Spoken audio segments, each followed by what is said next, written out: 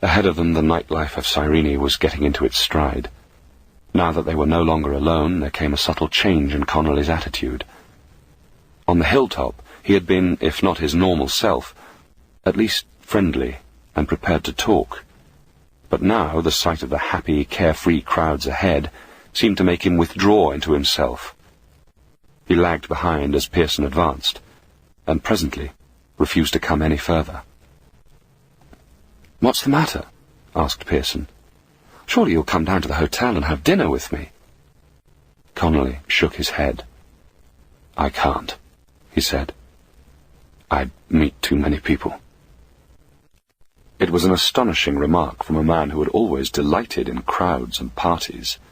It showed, as nothing else had done, how much Connolly had changed.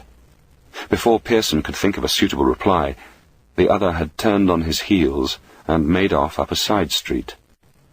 Hurt and annoyed, Pearson started to pursue him, then decided that it was useless. That night he sent a long telegram to Ruth, giving what reassurance he could.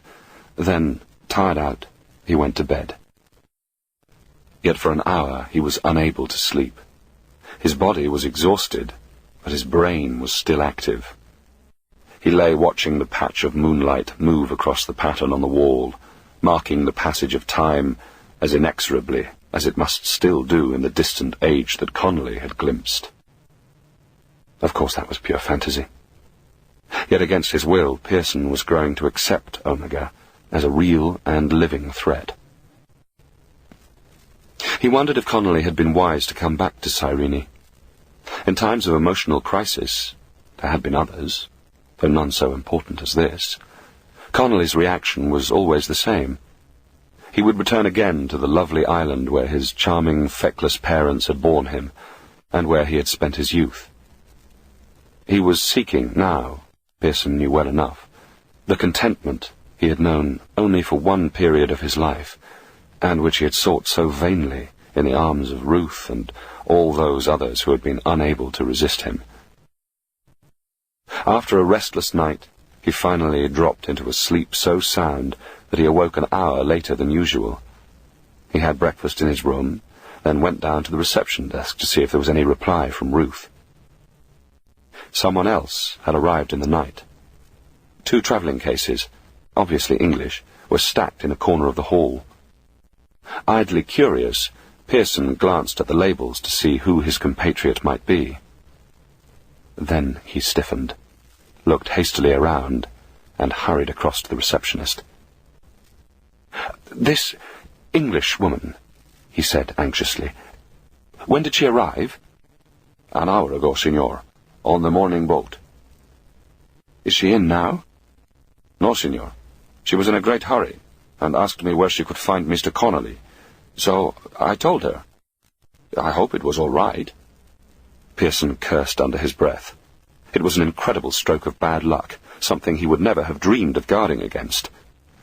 Maud White was a woman of even greater determination than Connolly had hinted. Somehow she had discovered where he had fled, and pride or desire or both had driven her to follow. That she had come to this hotel was not surprising. It was an almost inevitable choice for English visitors to Cyrene. As he climbed the road to the villa, Pearson fought against an increasing sense of futility and uselessness. He had no idea what he should do when he met Connolly and Maud. He merely felt a vague yet urgent impulse to be helpful. If he could catch her before she reached the villa, he might be able to convince her that Connolly was a sick man, and that her intervention could only do harm. Yet was this true? It was perfectly possible that a touching reconciliation had already taken place, and that neither party had the least desire to see him. They were talking together on the beautifully laid-out lawn in front of the villa, when Pearson turned through the gates and paused for breath. Maud was pacing up and down a few yards away. She was speaking swiftly. Pearson could not hear her words, but from the intonation of her voice, she was obviously pleading with Connolly. It was an embarrassing situation. While Pearson was still wondering whether to go forward, Connolly looked up and caught sight of him. His face was a completely expressionless mask. It showed neither welcome nor resentment. At the interruption, Maud spun round to see who the intruder was, and for the first time Pearson glimpsed her face. She was a beautiful woman, but despair and anger had so twisted her features that she looked like a figure from some Greek tragedy. She was suffering not only the bitterness of being scorned, but the agony of not knowing why. Pearson's arrival must have acted as a trigger to her pent-up emotions. She suddenly whirled away from him and turned toward Connolly, who continued to watch her with lackluster eyes. For a moment, Pearson could not see what she was doing. Then he cried in horror, "Look out, Roy!" Connolly moved with surprising speed, as if he had suddenly emerged from a trance. He caught Maud's wrist. There was a brief struggle, and then he was backing away from her, looking with fascination at something in the palm of his hand. The woman stood motionless, paralyzed with fear and shame, knuckles pressed against her mouth. Connolly gripped the pistol with his right hand and stroked it lovingly with his left. There was a low moan from Maud. "I only meant to frighten you, Roy. I swear it." "That's all right, my dear," said Connolly softly. "I believe you. There's nothing to worry about."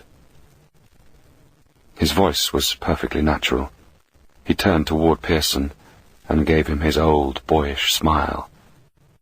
"So, this is what he was waiting for, Jack," he said. "I'm not going to disappoint him." "No," gasped Pearson.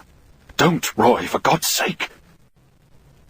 But Connolly was beyond the reach of his friend's entreaties as he turned the pistol to his head. In that same moment, Pearson knew at last with an awful clarity that Omega was real, and that he would now be seeking for a new abode. He never saw the flash of the gun. The world he knew had faded from his sight, and around him now were the fixed yet crawling mists of the blue room. Staring from its centre, as they had stared down the ages at how many others, were two vast and lidless eyes. They were satiated for the moment, but for the moment only. Nicholas Bolton was reading The Parasite by Arthur C. Clarke. The story was abridged and produced by Gemma Jenkins.